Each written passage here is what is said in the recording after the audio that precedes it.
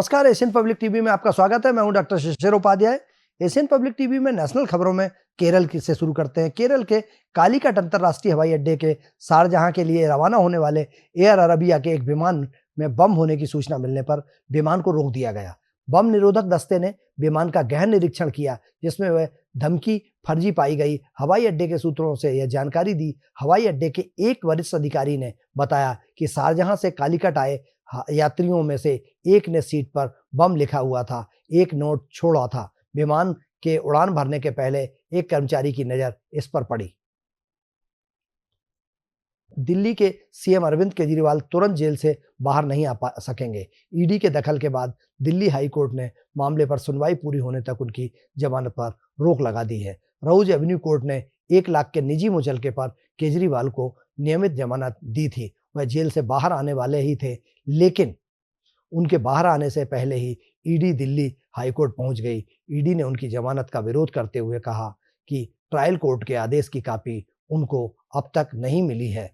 दरअसल प्रवर्तन निदेशालय नहीं चाहता कि केजरीवाल को जमानत मिले। उसने जमानत मिलते समय भी इसका विरोध करते हुए अदालत से 40 घंटे का समय मांगा था। हालांकि उसकी इस दलील को खारिज कर दिया गया था।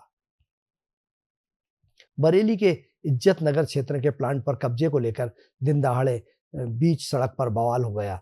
करीब 7 बजे सुबह दबंगों ने खुलेआम फायरिंग और आगजनी की, जिससे इलाके में दहशत फैल गई। बताया जा रहा है कि फायरिंग में एक व्यक्ति घायल भी हुआ है। घटना के बाद आरोपी पक्ष के सभी लोग फरार हो गए। भागते समय उनकी एक कार नाले में पलट गई।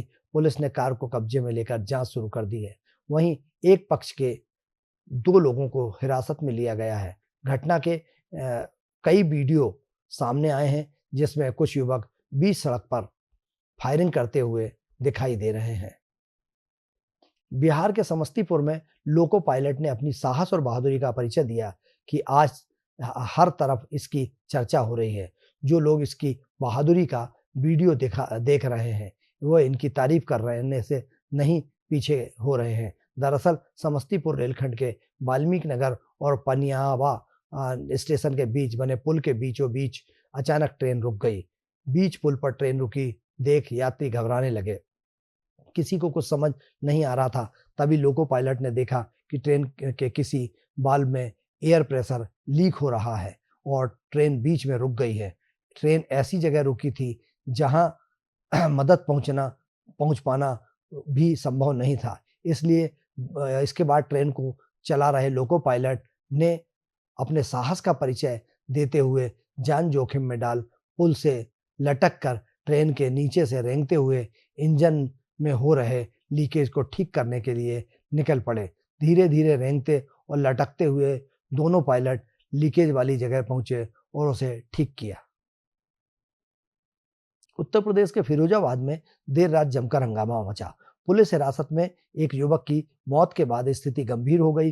गुस्साई भीड़ ने जमकर पत्थरबाजी की और कई गाड़ियों में आग लगा दी। नाराज पब्लिक की पुलिस के साथ भी धक्का मुक्की हुई। स्थिति बिगड़ते देख हवाई फायरिंग और लाठीचार्ज का सहारा लेना पड़ा। कई थानों की फोर्स सड़कों पर उतर आई। आला अधिकारी लगातार मौके पर हैं। फिरोजाबाद के जेल में कैदी आकाश की मौत पर आक्रोशित समर्थकों ने पुलिस पर पथराव और फायरिंग की। मृतक दलित समुदाय से ताल्लुक रखता है। इस दौरान एम्बुलेंस और पुलिस की गाड़ियां क्षतिग्रस्त हुई हैं। राजस्थान के जोधपुर में सूरसागर में 2 गुटों के बीच पत्थरबाजी के बाद इलाके में भारी संख्या में पुलिस बल तैनात किया गया। कई थाना इलाकों में धारा 144 लागू किया गया है।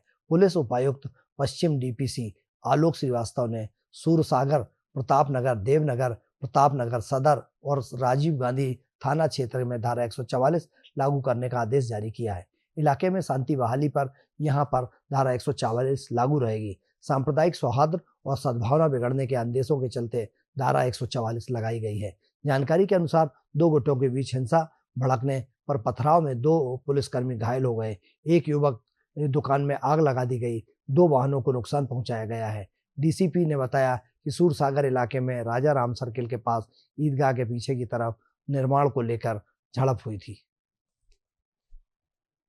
पश्चिम बंगाल की मुख्यमंत्री ममता बनर्जी ने प्रधानमंत्री नरेंद्र मोदी को पत्र लिखकर हड़बड़ी में पारित 3 नए आपराधिक कानूनों के कार्यान्वयन को टालने का आग्रह किया है। ये तीनों कानून 1 जुलाई से लागू होने वाले हैं। ममता ने आपराधिक कानूनों की नए सिरे से संसदीय समीक्षा पर जोर दिया है। तृणमूल कांग्रेस प्रमुख ने मोदी को लिखे पत्र में तीनों कानूनों के आसन्न कार्यान्वयन को लेकर गंभीर चिंता जताई। ये 3 नए कानून हैं: भारतीय न्याय संहिता, भारतीय नागरिक सुरक्षा संहिता और भारतीय साक्ष्य संहिता 2023। बसपा ने आगामी उत्तराखंड विधानसभा उपचुनावों के लिए अपने 13 स्टार प्रचारकों की सूची जारी कर दी है। मंगलोर सीट पर हो रहे उपचुनाव में बसपा प्रमुख मायावती और उनके भतीजे आकाश आनंद चुनाव प्रचार करते नजर आएंगे। इसके अलावा पार्टी के अन्य नेता भी चुनाव प्रचार करेंगे। मिली जानकारी के अनुसार मंगलौर विधानसभा सीट पर 10 जुलाई को मतदान होगा। इस सीट से बसपा के टिकट पर सारस्वत करीम अंसारी विधायक चुने गए थे। अंसारी के निधन से यह सीट खाली हुई थी। बसपा यहाँ पर काफी मजबूत मानी जाती है। पार्टी को लगता है कि अगर मेहनत की जाए तो दोबारा से यह सीट जीती जा सकती है। शिक्षण संस्थाओं में प्रवेश और नौकरियों में भर्ती के लिए होने वाली सभी प्रतियोगी परीक्षाओं के प्रश्न पत्र लीक होने के मामले में देश में पेपर लीक कानून लागू कर दिया गया। पेपर लीक कानून इस साल फरवरी में पारित हुआ था। सरकार ने इसकी अधिसूचना जारी कर दी है।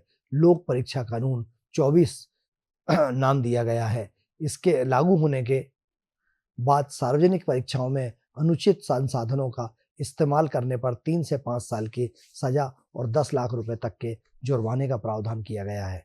संगठित रूप से इस तरह का अपराध करने पर 1 करोड़ रुपए तक के जुर्माने का प्रावधान है।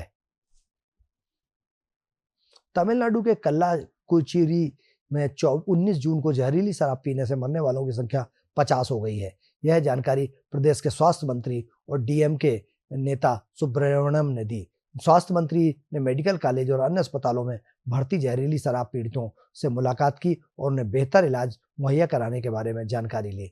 स्वास्थ्य मंत्री ने जानकारी देते हुए बताया कि जहरीली शराब पीने के कारण पीड़ित 185 लोगों को 4 अस्पतालों में कल्लाकुरिची अस्पताल, पुडुचेरी अस्पताल, सलेम सरकारी अस्पताल और बिल्लुपुरम सरकारी अस्पताल में भर्ती कराया गया है, जिनमें से 50 लोगों की मौत हो चुकी है। हमारे उच्च अधिकारी पिछले 3 दिनों से यहाँ पर हैं और स्थिति के पर लगातार नजर रखे हुए हैं। एशियन पब्लिक टीवी पर नेशनल खबरों में फिलहाल इतना ही। आप बने रहिए एशियन पब्लिक टीवी पर। मुझे दीजिए इजाजत। नमस्कार।